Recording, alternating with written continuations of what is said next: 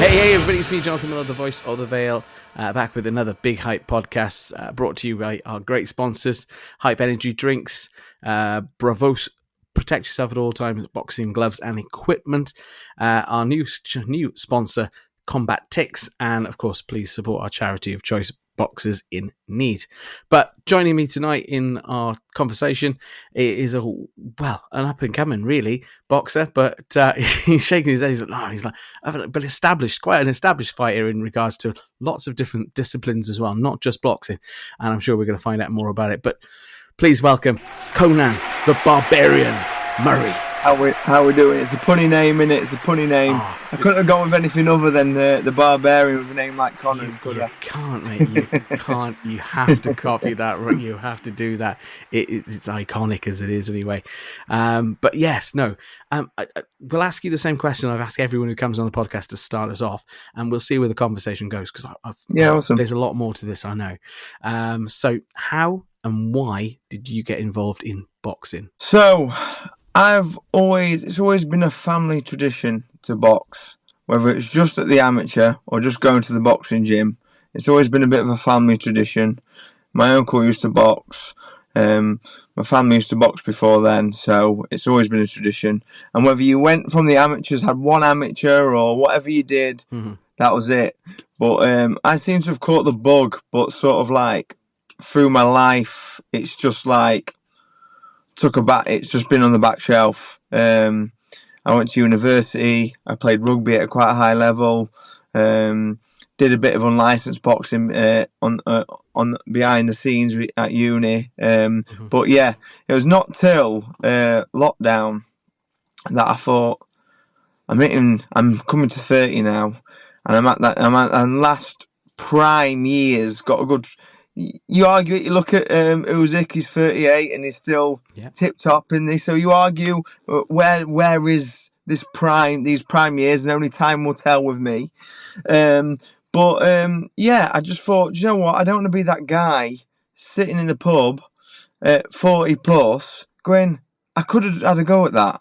And I thought, you know what? I'm going to absolutely put everything into it. I've got a great career that can back me being a boxer. I run my own gyms. I'm a personal trainer. I'm a strength and conditioning coach for other professionals across the boxing world, the MMA world, powerlifting, all sorts of areas of expertise in terms of strength and conditioning. And I thought, let's just have a really good go at this and put everything into it and see where we go. Yeah, because you can see that on Instagram. I mean, I've gone through doing a bit of research on you, trying to find out a bit more about you and what's going on with your life. And I mean, you've trended across a number of different disciplines and events, sort of things. I can see you've done the bodybuilding and the muscle. Yeah. You can see that in you. Anyway, your physique is fantastic. But you also stepped into the cage as well. Yes. So yeah. What came first? Let's take it back. What came first? Was it the amateurs? Was it just stepping? How old were you when you stepped into the gym first? So I wouldn't say I had a troubled childhood, but I had a complicated childhood. And when I come away from it all, I was quite a chubby lad, believe it or not. Just like me then. That's fine. I'm a chubby lad. Yeah. Then I just got into the boxing gym, and I just did it to lose weight. Stay in shape, follow the family traditions. As soon as I moved to Doncaster, that's where my family originate from. Although they've spread branches across the world now. This is where it all began with sort of my family, and went to the boxing gym that everyone went to at the time, and. You know what happens is when you start getting a bug for it and you enjoy it. Listen, I've heard many a tales of young lads go into the boxing gym just for fitness and end up fighting, and that's just how it goes. Yeah. Young lads, full of testosterone, they just want to go and have a fight, don't they? And what better place to do it in a controlled environment where it's under specific rules and it can be managed. Yeah. So, I caught the bug. So that was first for me. That must have been at the age of about 14 for me. Okay. And I've never been out the gym since in terms of like general fitness or anything like that. So I've always been consistent with that, not so consistent with my boxing. So amateur boxing started off with, obviously, like you say, the Burger family was in there. You just sort of carried on that amateur, that thing. When did you realise that you were able to switch between different things? When did you start realising actually boxing's all right, but do you know what? Jiu-jitsu is pretty cool. Yeah. BJJ, let's try that. Maybe MMA, when did it sort of like, well, I'm going to try a different avenue, Do you know what? It was never planned. I went from boxing, started playing basketball. I'm 5'8". Started playing basketball. Started playing for the Manchester University team. I got into the first team there. Yeah.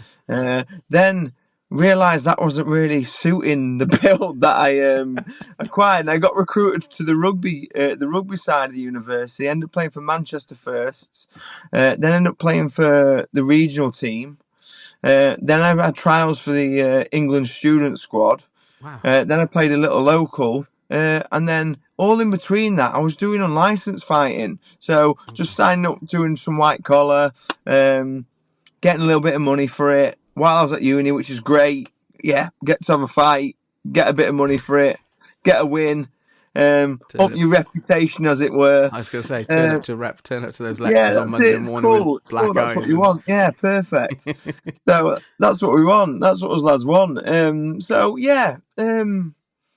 I actually fell into bump. It was a funny thing because I said I wanted to start, and it's just the stars align, I guess. I jumped in. I said to my wife I want to start boxing again. Mm-hmm. I went to my old boxing coach. He just said he didn't have the time for me to put in. He had a few other pros at the time, which is fair enough. You don't want to take a whim on a 30-year-old. Some people don't. Do you know what I mean? Although if you know a bit about me, you probably would do, because I'm committed. I know I'm staying in shape. I'm always in the gym. Just need to hone the boxing skill.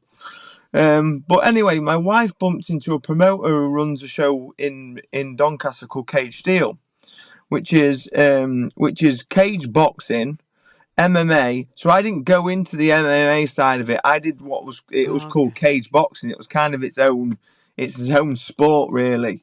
I went into cage boxing, and he gave me a chance. I could sell a few tickets. I was a popular lad. Put me on a few shows. I think I won 4 or 5 fights in the first round within the first minute. Fought for a title, won my title. I signed with Steffi Bull after the title win because I was like, well, there's not really anywhere else I can really go with this unlicensed boxing stuff. And Steffi had a punt on me. And here we are now. It's just, I just love the fact you just took a punt and you just went, yeah, go on then, let's have a go. Yeah, he put me in the ring sparring. Yeah. Obviously a lot of raw, like my cage steel fights aren't anything special in terms of boxing prowess or skill. I'm just mauling people and just getting them out there. So yeah, he must have looked at me and gone, you know what? He's a big dude, but he's only 5'8". Needs to get a little bit smaller and cut the weight, or he's going to be fighting giants. But there's something to him, and he took a chance on me, and I hope I've sort of fulfilled expectation as where we're at now, and hope I go above that. Well, I think that's fair enough. I mean, you say you were muscularly built. You were obviously what weight were you when you first started the pro? I debuted at light heavyweight. Okay. I'm super welterweight now. It's mad, isn't it? You hear a lot of stories like that, though. Do you follow the MMA at all? I used to announce a lot quite. Volkanovski at the minute. Yeah. Volkanovski come from the rugby scene. Did you see the size of him before he started? And now he's like, what is he, lightweight or something? Tiny guy, but winning world championships and unbelievable. But he still holds that stature, but he's just dropped down the weight. He's just Yeah. A long time ago, I used to do a show in Manchester, actually, Bolton area. So I've announced Paddy Pimblett, I've announced Tom Aspinall, I've been around, Meatball McCann, and all these names that they've gone into the UFC and now and stuff. And they're going, I announced them years ago. And there's a couple of guys that I remember coming over from rugby and other sports that just have a go, to see what it was like. And they are now doing better, and they've slimmed down, trimmed down the right weights, whatever. I think you have to find your weight. I don't know whether that's what you had to do naturally. Yeah, listen, I knew I carried power. I even carried the power big, but I know my nutrition. I know my body. I'm very much a realist at 5'8", unless you're someone like Canelo. Yeah, well, yeah. You need to start managing that and seeing where you can get to. And I've had a lot of time, a lot of fights, and assess the weight and gone, do you know what? I can go a bit lighter. And I've been lucky because I've got a massive support base. So people, I can do day before weigh-ins and pay me fighters a little bit, my opponents a little bit more money on the home shows to do day before weigh-ins. So I can really test where I get to. A lot of fighters, don't really get that. Especially these up and comers that haven't had massive avenues to come through. It's like it costs a lot to fight, and people don't realise that. They think, they just see you fight, all the glory. But yeah, it's expensive on these small shows, and it's like you got to sell a lot of tickets. I'm quite fortunate that I have a big support base that allows me to sort of go, listen, we're going to do a day before weigh-in. We're going to see where I can get down to the weight, and I've been quite fortunate. I found my weight fairly quickly. Yeah.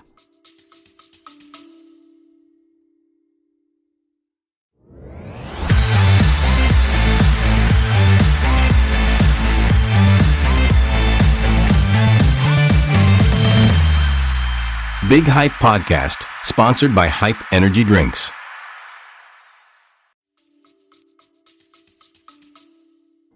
I mean, yeah, you're absolutely right. People don't know.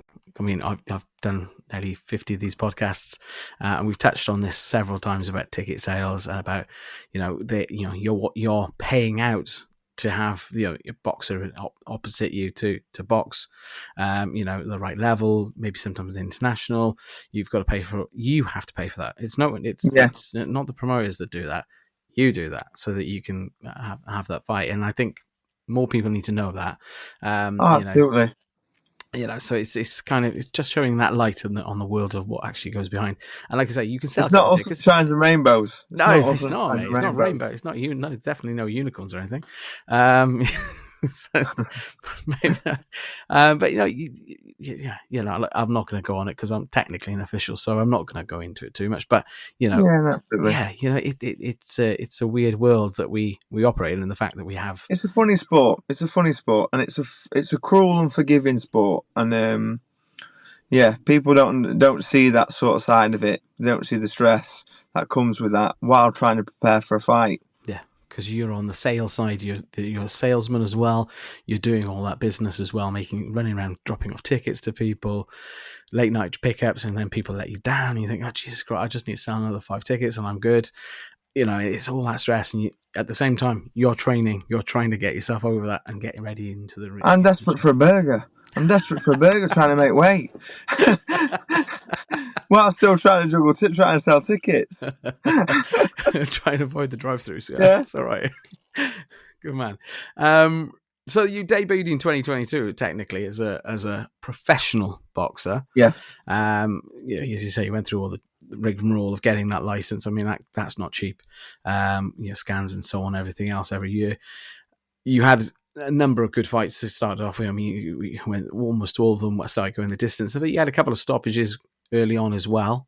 You stopped Zane Clark. You stopped what was the other one? Martin Shaw as well. Then you've sort of brings us up to pretty much where we're near sort of modern day. But you did have a couple of things. Anything pop out? Any sort of fights that stand out to you? I mean, Dale Arrowsmith is another great, great journeyman. You've got a couple of good names in there as well. So, anyone stand out to you? The biggest standout, and this is going to be maybe a surprise, maybe not. Not in terms of boxing skill, because he's a good kid. He was a good winning boxer before he went on the road. Is Harry Matthews. My debut was an eye opener. I thought generally coming into boxing. Early doors, I'm going to iron people out. Honestly, honestly, that's what I thought. I thought all these unlicensed fights and all this, never going past the first round. I just thought these kids are just going to roll over. I'm going to hit them and they're going to roll over. And Harry gave me probably one of my tougher fights because I only won by a point. He come and brought it, and I think it was a welcome to the big to the proper game now. So yeah, I'm actually good friends with Harry now. So that's a good thing about boxing is you hit people each other in the face, and then you become good friends. So yeah, that was the eye opener for me, and it was a wake up call that I needed. That this is like you're in the big leagues now, and everyone's tough. That's good.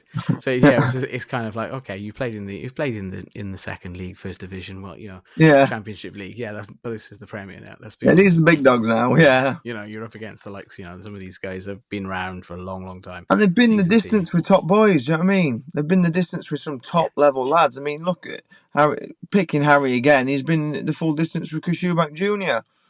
Yeah. Do you know what I mean? It's like, these guys, serious dudes. Seriously tough guys. A lot of the journeymen are. I think a lot of people sort of see it as, it's easy work for them. They get turn up and they get paid. But actually, there's a lot to it. There's a lot more to it, educational as well. Like you said, he gave you the education on that night. He was like, welcome to this. This is what this is about. It's not what you did all that time before in the cage and on that license. This is what it's about. So, yeah, fair play to him. We're progressing slowly through this system now. You're on a trajectory, I think, of sort of getting in that sort of realm of challenging for some championships. I think now I'm sure your team are probably thinking about this right now with you. Anything sort of that was on the cards, perhaps in the next couple of fights or so for you? Or is there anything planned? You've got ideas? There's a lot of ideas bubbling.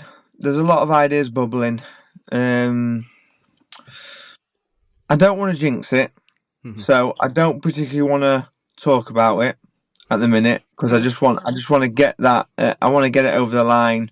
But there's some really good fights potentially, and there's some coming over the line. Area title stuff, we're not looking at. Let's put it that way. We're not looking at area title stuff. I am mandatory for the area title. The central area. Central, yeah. That was coming off my last win. But we're not pursuing that. It's been a bit of a complicated process. That a bit of a frustrating one. Okay. There were points where it looked like the eliminate was going to be for the title. We still don't know what's happening with it. It's not been defended for over a year. I'd say it's pretty much vacant then, is it? Yeah, really? March 24 was the last time that title was defended, and it wasn't defended; it was won. So it's not been defended. So we don't know what's happening with that. I'm not waiting forever for them sort of fights when I think I've got a good enough win to get me a little bit above that. So that's where we're at. So some exciting times. Just waiting for confirmation now. Yeah, I could say these things and I can just drop the sort of little tidbits in, and you can ignore them because you haven't got to answer them. But I mean, obviously, the next step is English. The next step beyond that would be British.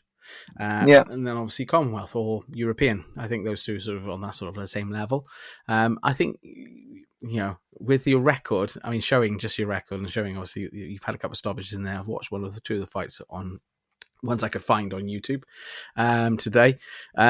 There's definitely something here, definitely something there. And if I was your promoter or your management team, I'd be like, we need to see how far we can push you in what directions and where it could go, because I think there's something there. So I'll stop that bus and I won't get any further down the road on that one. Talk to me a little bit then, obviously, about you said you see where you'd like to go if all the stars aligned. Is there a sort of championship belt that you think, do you know what, if I got to that, I'd be happy? In all honesty, I just want to run this to the best of my ability. That is the honest truth. I don't have no final destination. I just want to be the best version of myself I can be and take every opportunity I could. And when I look back at boxing, when it's all said and done, I said, you know what? I gave it my best and I took the opportunities that I had. And that is just where I am. There's no goals in terms of that. I just want to push myself to the limit. To see where the journey takes you. That's it. I like that.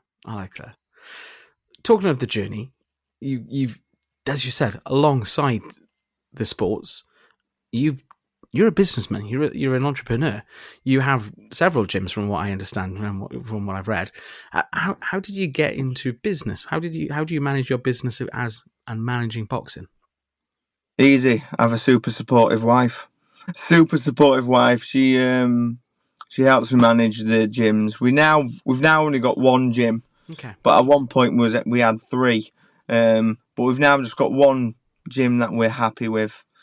So yeah, we're just running the one gym. She does Ash does her classes, she does her PTs, I do my PTs when I can do my PTs, and we just run it as a unit. One income, one team, and a solid one. So that's pretty much short and sweet with that answer, but it's having a super supportive wife that's my business partner. It's great that you found someone you can and talk to and operate on that level. And not all relationships are like that, I know. So it's really good that you can have that person to support you and look after you. You do your own nutrition as well, you said as well earlier. Yeah, I do all my own nutrition. Yeah. So how do you find that with sort of managing that between that? Do you do nutrition for others as well? I don't know. Sorry.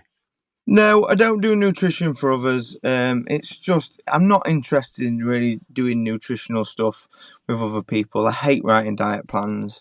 I hate all that.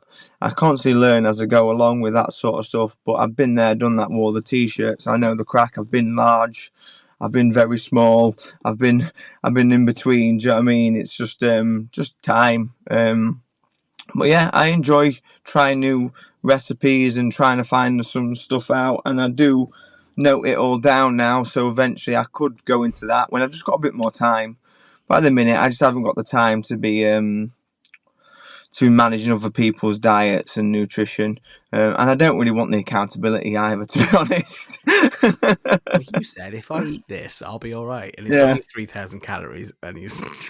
So, yeah, pretty much. That's what I do to myself. So I was like, if I only eat one, that's okay, because there's only 30 calories in that little one, and then I eat 12 of them. So it's not good then, is it? So that's fine.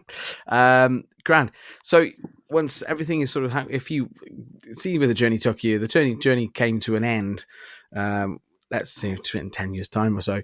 What would you like to do then afterwards? Would you sort of like to still be involved in boxing, coaching, management, or you're just happy just doing what you do with the gym, etc.? I can see your eyes are going already. So tell me the plan afterwards, after we hang the gloves up. Do you know what? I still want to be involved in boxing. There's been talks with me and Jace about getting involved, staying involved in boxing. I've already got my level 1 amateur coaching.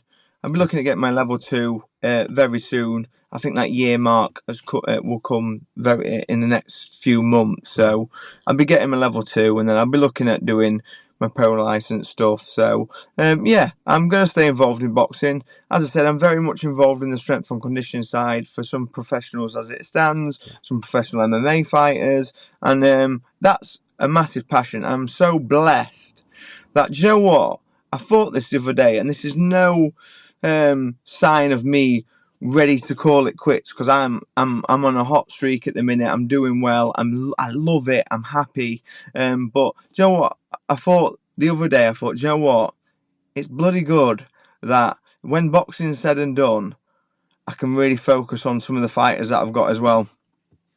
And that's exciting as well. Yeah, that is exciting, because you can kind of live through osmosis in that respect as well.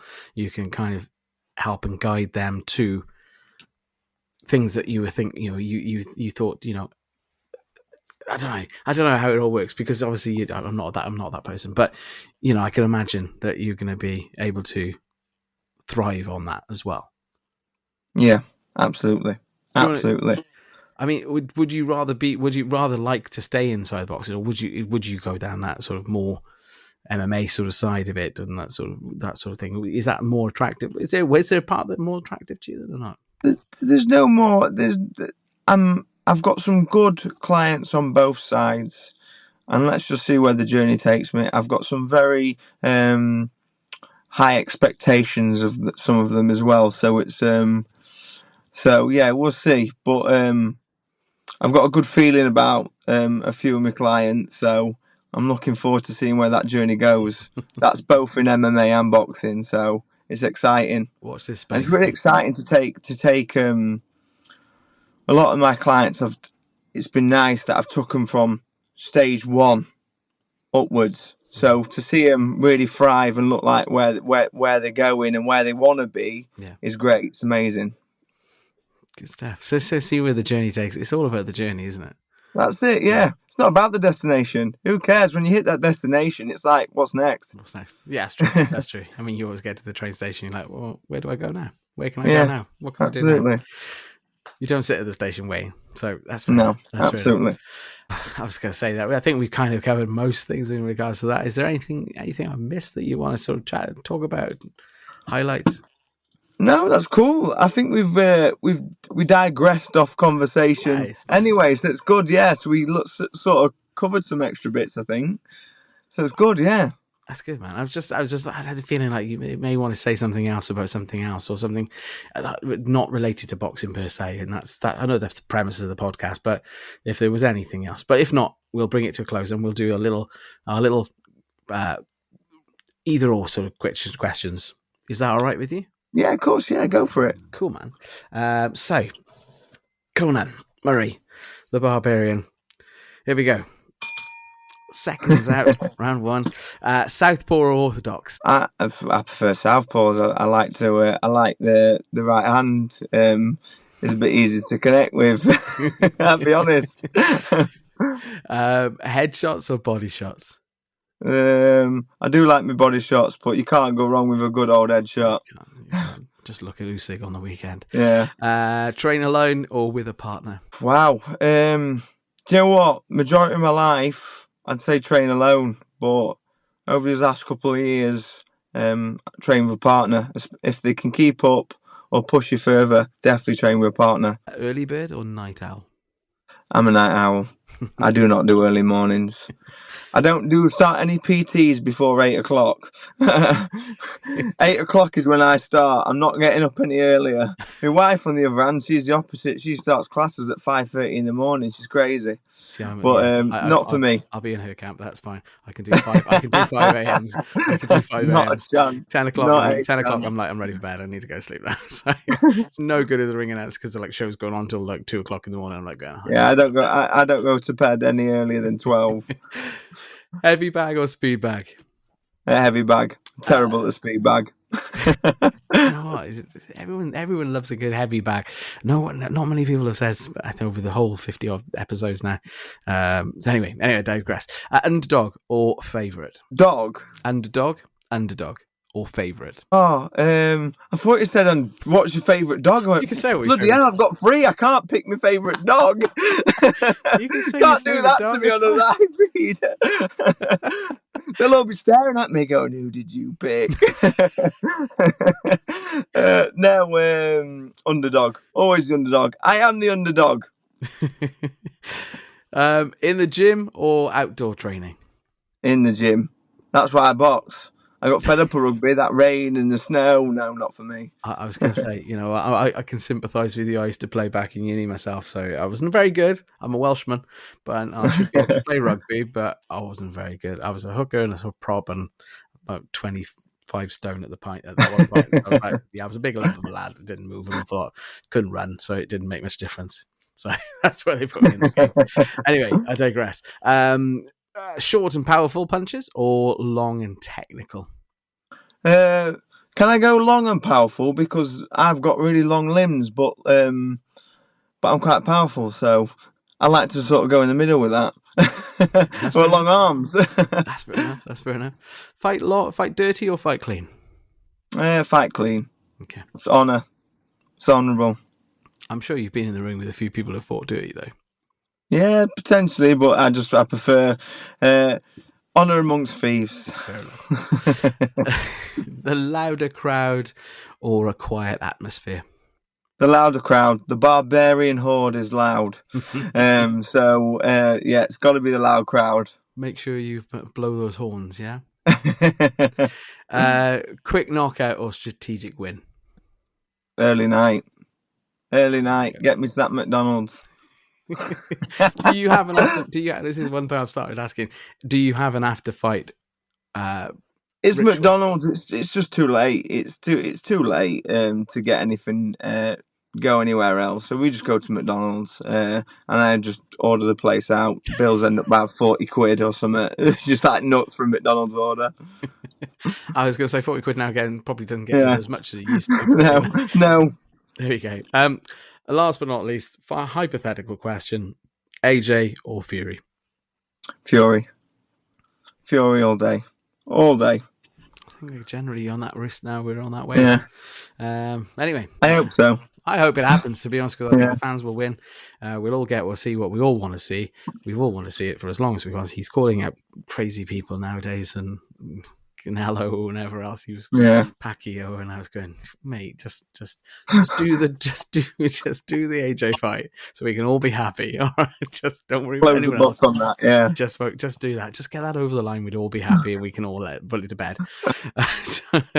End the arguments. End the arguments, because the pub conversations, like you said, will go on for many, many years, and we'll just wish it didn't happen. If it had happened, or what if, you know? Yeah. What if Rocky Marciano has got in the ring with Tyson Fury or something like that, or Iron Mike? You know, it's that type of question, isn't it? So it's the Kell Brook Khan, isn't it? True. At least it happened. At least it did happen eventually. Yeah. Way years past their prime, both of them, but never mind. At least it happened. How do people get in contact with you, Conan? How do they follow your journey? How do they get to see more about you and find out more? Conan the Barbarian on Instagram. And that's it. I'm only on Instagram, I think. Yeah, Instagram and Facebook. That's all I'm on. I don't like the others. Fair enough. My life's too boring to be on Twitter. I think you have to be. I think you have to have something to say, or someone to argue with. If you've got people to argue with, then you're okay. Like you like Donald Trump. Everyone just loves a good argument with him. So it's fine. I actually my arguments with these. Can't do it on Twitter, can you? No, you have to be savvy and collective, and that's it. No, it's not me. Political almost. Anyway, cool, man. Thank you so much for coming on the Big Hype Podcast. No problem at all. We look for. When are you? Have you got an idea of dates now for your next fight? September, October time. Okay. We'll keep it posted. Tag us on things as well. We can share it on our own as well. So, but thank you so much for coming on the Big Hype Podcast tonight. It's been a pleasure to have you on. No problem. And, thank you again one more time. Give it up for Conan the Barbarian Murray. Thank you very much. Hey everybody, thank you so much for listening to the Big Hype Podcast. We hope you've enjoyed this episode, and really I just want to ask you personally, if you could just send this on to a friend. Send it in their text, to their socials, to WhatsApp, whatever. However you get it to them, just get it to them. I'm sure they'll appreciate it, and I certainly will appreciate it. So thanks again for listening to the Big Hype Podcast, and thank you again for sending and sharing. This has been a Big Hype production, edited and produced by Jonathan Millard, assisted by Riverside FM and distributed by Buzzsprout, available on all good podcast platforms. For more information, visit www.bighypepodcast.co.uk.